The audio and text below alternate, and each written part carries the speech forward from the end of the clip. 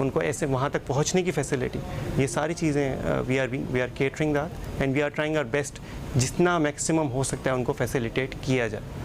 बिल्कुल सही है, और इन सारी कोशिशों और ख़िदमात से कोई इनकार नहीं है। अफवाज पाकिस्तान अपना भरपूर किरदार अदा कर रही है कि किसी तरह पाकिस्तानी अवाम को इस मुश्किल वक्त में जो है कुछ उन नुकसानात से बचाया जा सके। अच्छा, अब प्रोग्राम के आखिरी लम्हात की तरफ हम लोग बढ़ रहे हैं, तो ये आखिरी सवाल होगा।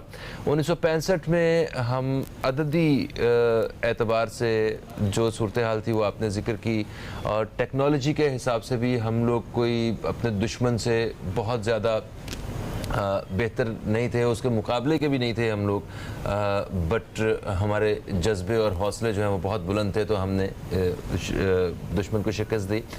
आज हम किस जगह पे स्टैंड करते हैं? जज्बा आपने बताया कि वो वक्त के साथ साथ बढ़ा है, जो टेक्नोलॉजी है वो इतनी ज़्यादा हो चुकी है, तो क्या हमारी फोर्सेस जो हैं वो टेक्नोलॉजी से लैस है? जी बिल्कुल लैस हैं। और 1965 के अंदर 1 सितंबर की रात को F-86 सेबर ने जब इंडियन हंटर्स को तैयारी उनको निशाना बनाया, MM आलम ने 5 जहाज़ों को, उसके अगले दिन उन्होंने हिम्मत नहीं की, उन्होंने अपना 35% फ्लीट ग्राउंड कर दिया था, ऑरिगन एयरक्राफ्ट्स को और वेम्पायर एयरक्राफ्ट्स को, इंडियंस ने, बेस्ड ऑन द फैक्ट कि हमारी एयर डोमिनेंस देखते हुए। It's not the gun, it's the man behind the gun. Training का एक बहुत बड़ा किरदार है।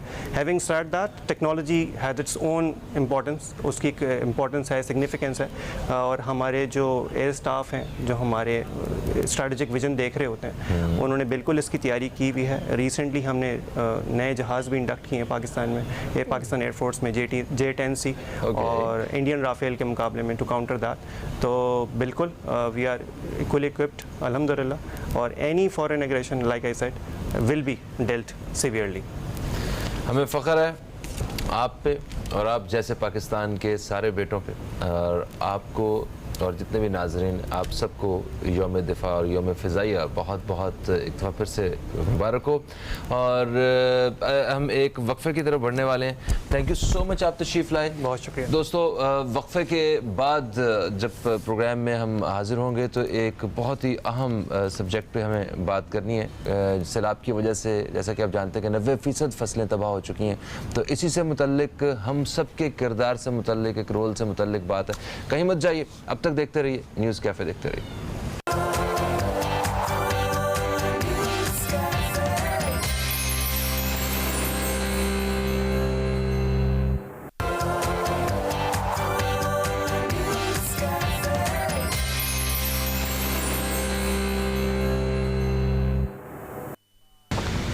वेलकम बैक, आप देख रहे हैं न्यूज़ कैफ़े। मैं हूं फ़हीम अब्बास, और न्यूज़ कैफ़े में प्रोग्राम के दूसरे हिस्से में मेरे साथ मौजूद हैं जनाब सैयद मुस्लिम रज़ा साहब, जो कि माहिर माहौलियात हैं, और इनसे हमने अपने प्रोग्राम में बहुत दफ़ा मुख्तलिफ़ मौज़ूआत पे हमने रहनुमाई हासिल की है। तो आप मेरे साथ स्टूडियो में मौजूद हैं, आपको खुश आमदीद। अस्सलामु अलैकुम, कैसे हैं आप? वालेकुम अस्सलाम। मैं हमेशा कहता हूँ ऑल वेल इन कंट्रोल, लेकिन आज की सिचुएशन को देख के कह रहा हूँ nothing is well, nothing in control. Allah खैर, इंशाल्लाह सब कंट्रोल में आ जाएगा।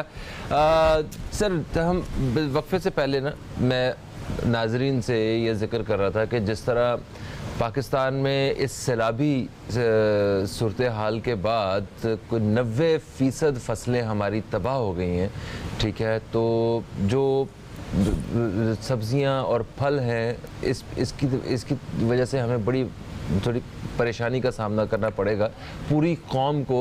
उनका जो असरात हैं वो अभी सामने आना शुरू हो गए हैं। टमाटर जो हैं वो 300 रुपये किलो जो है ना वो मिल रहे हैं, और वो चीज़ जो 40 रुपये थी वो इस वक्त जो है ना 300-400 तक पहुंच गई हुई है। आने वाले दिनों में, क्योंकि पीछे प्रोडक्शन तो हो नहीं रही, ठीक है, ज़मीन तो आपकी इस काबिल नहीं है, और जो जहाँ से पैदावार आनी थी वो भी सब वेस्ट हो चुका हुआ है। तो आने वाले कुछ महीनों में यही टमाटर मेरा ख्याल है कोई 1000 रुपये किलो होगा, वही प्याज की कीमत भी जो है ये भी कई 100 रुपये किलो होगी, और सब्ज़ियाँ शायद जिस कीमत में आज हमें गोश्त मिल रहा है, शायद इस कीमत में या इससे भी महंगी हमें सब्जियां मिल रही हों। ऐसी ही सूरत हाल है। ऐसा ही सूरत हाल ऐसी नज़र आ रही है। आप कैसे नक्शा खींचते हैं? मैं इसको ये कहता हूँ कि देखो, मैं तो हमेशा से एक बात ये कहता हूँ कि पूरी दुनिया जो है ना वो फूड सिक्योरिटी का शिकार है पूरी दुनिया, शॉर्टेज ऑफ फूड का। ये तो हमेशा से कहता हूँ, मेरी अपनी कैंपेन्स भी थी, ग्रो योर ओन फूड, ये सब चलती थी मेरी। ये जो क्लैमिटी आई है हमारे पास, ये क्लैमिटी भी जो इदराक रखते थे लोग, शऊर रखते थे, वो पहले इसकी प्रिडिक्शन कर रहे थे कि ये होगा। इसलिए होगा कि हमने इम्बैलेंस क्रिएट कर दिया था। हमारे पाकिस्तान में जो 2% से नीचे हमारा फॉरेस्ट चला गया था, ये सब कुछ होना था जो हुआ है। लेकिन अब जब दुनिया इस वक्त जो है शदीद ग़िज़ाई किल्लत का शिकार है, और उसमें इस तरह का एक का मामला आ जाए कि जहाँ पर एक ऐसी क्लैमिटी आ जाए जो 90% जो हमारे लैंड्स हैं वो पानी में स्टैग्नेंट वाटर में आ गए हैं इस वक्त, तो हम फूड को तो बहुत ही, हमारे लिए तो एक बहुत बड़ा चैलेंज होगा ये। और इसको हमने किस तरीके से पूरा करना है, जिस तरह हम एक्सपोर्ट का, अगर हम इंपोर्ट करते हैं तो हमारे पास फ़ॉरेन एक्सचेंज नहीं है यहाँ पर, वो भी हमारे मालात जो हालात हैं सब इससे वाकिफ़ हैं। तो it's a very very sort of a serious position. ठीक है, तो ये जो ग़िज़ाई क़िल्लत की सूरत हाल पैदा होती हुई नज़र आ रही है मुस्तक़बिल में, इससे हम लोग कैसे निमट सकते हैं? क्या सिर्फ गैर मुल्की अमदाद ही इसका वाहिद रास्ता है या कुछ और भी रास्ता है? भाई देखो, इसके रास्ते ऐसे हैं कि जो इस वक्त जो सिचुएशन है उसमें तो हमारे लिए बहुत ही चैलेंजिंग मामला हो गया है। ठीक है ना, कि पानी रिसीट करे पहले, फिर उसके बाद फौरी तौर पे ज़मीनें इस काबिल नहीं होती कि उस पर आप काश्तकारी कर सकते हैं। ठीक है ना, जो बड़ी बड़ी फील्ड्स चीज़ें, राइस है, ये सब तो ख़त्म हो गया आपका।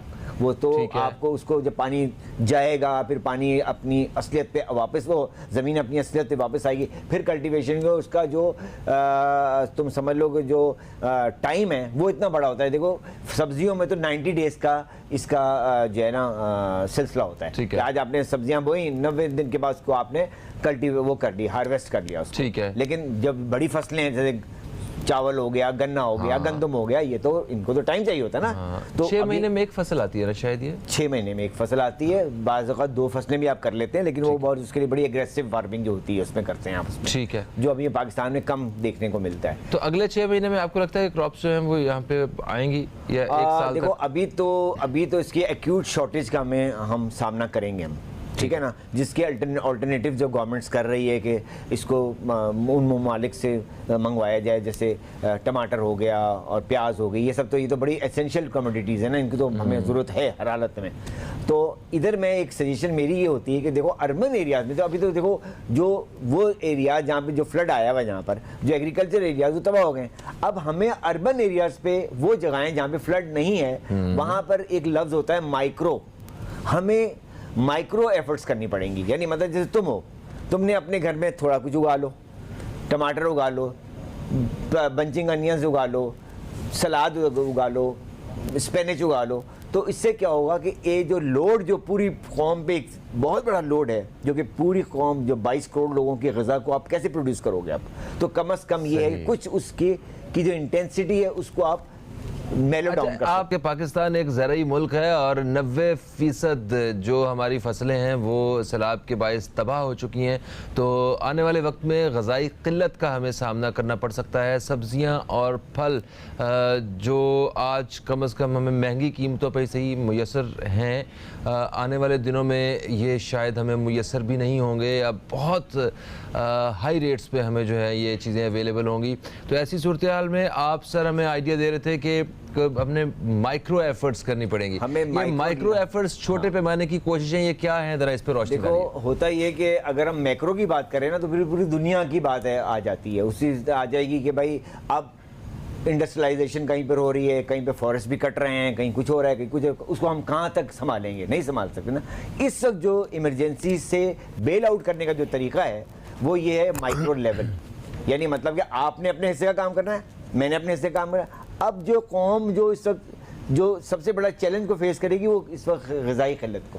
ठीक है ना, अब मुझे बताओ कि एक इंसान जिसकी आमदनी इतनी कम है वो कैसे कूप अप करेगा? वो क्या प्याज लेगा 250 रुपये किलो? वो क्या टमाटर लेगा? तो क्या करना है, कल्टीवेशन खुद करनी है इसकी। अच्छा, अब इसके लिए जो इसका जो मॉडस ऑपरेंडाई है कि इसका क्या प्लान है, इसमें मैं बताऊँ बड़ी इंटरेस्टिंग बात कि हमारे पास, मैं हमेशा कहता हूँ, काफ़ी प्रोग्रामों में तुम्हारे साथ भी इस पर डिस्कस हुआ कि स्कूल्स का हमारे पास एक बहुत ही बड़ा नॉन कन्वेंशनल फोर्स मौजूद है स्कूल के हमारे पास।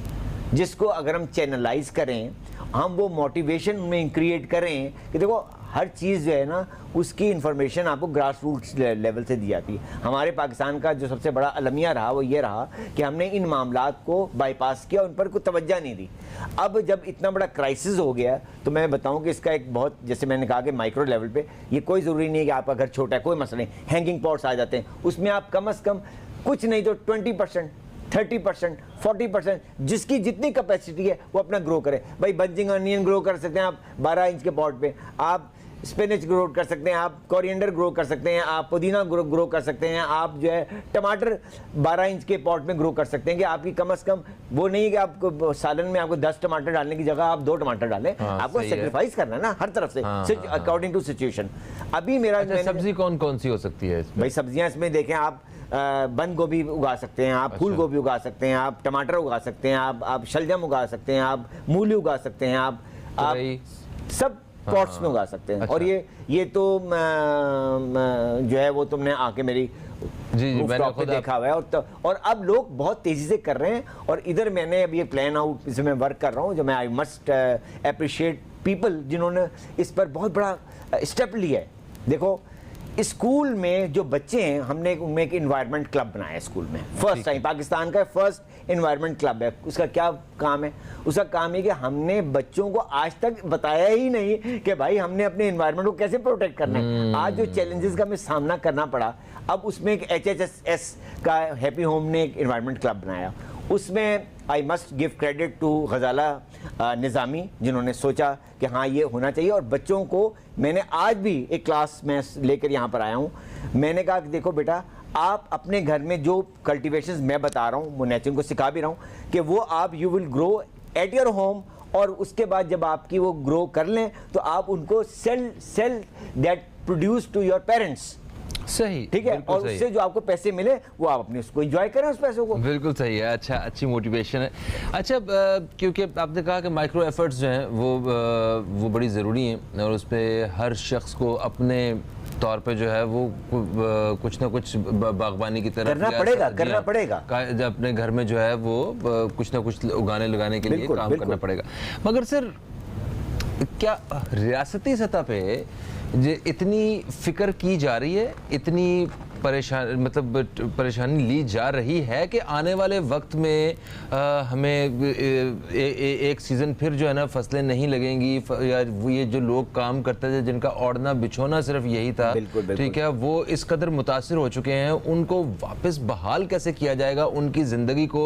और हमारी जो पैदावार है वो पहले जितनी क्या उससे ज़्यादा पैदावार कैसे बढ़ाई जाएगी? इस सब के बारे में उसको बहुत ज़्यादा हमें जो है ना फोकस करना पड़ेगा, क्योंकि हम बिल्कुल इमरजेंसी वाली सिचुएशन में आ चुके हैं। ये सवाल मेरा ये था कि रियासत ने कितनी संजीदगी इस वक्त इन मौजूदा दिनों में दिखाई है आने वाली जो क्रॉप्स हैं उनके लिए, या क्या प्लानिंग है जो कर रहे हैं, या क्या आप तजवीज़ देना चाहेंगे जो रियासत को काम करना चाहिए?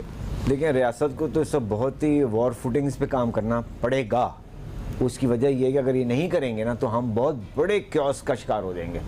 ये इस जो है भूख सबसे बड़ा एक वेपन है जिससे आप नंबर आजमा नहीं हो सकते जब तक आप ग़िज़ाई सूरत को अपने को में खुद कफील ना हो। अभी गवर्नमेंट को मेजर्स ले रही है गवर्नमेंट, लेकिन उससे और ज़्यादा ड्रेस्टिक मेजर्स लेने पड़ेंगे। हमें उन तमाम किसानों को जो अभी पानी में है, नेचुरली पानी रिसीड करेगा, ठीक है ना, जब पानी रिसीड करेगा फिर उसको ज़मीन को न्यूट्रल करना पड़ता है। जब ज़मीन न्यूट्रल होगी उसके बाद जाके फिर क्रॉप पे लगेंगे। फिर नेचुरली हमें देखना होगा कि हमें खरीफी क्रॉप का सीज़न है या नहीं है।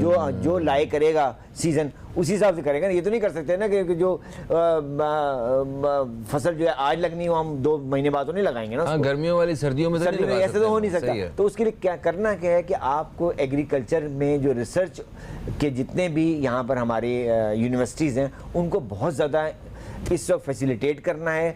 अच्छे बीज वो पैदा करें, अच्छे बीज हम इंपोर्ट करें। जब हम इतनी चीज़ें इंपोर्ट कर सकते हैं, हम गाड़ियाँ इंपोर्ट करते थे, कितना अपने फॉरेन एक्सचेंज अपना दिया है। तो आज हमें ग़िज़ा की सूरत में हमें बेहतर से बेहतर हाईब्रिड सीड्स लेने चाहिए।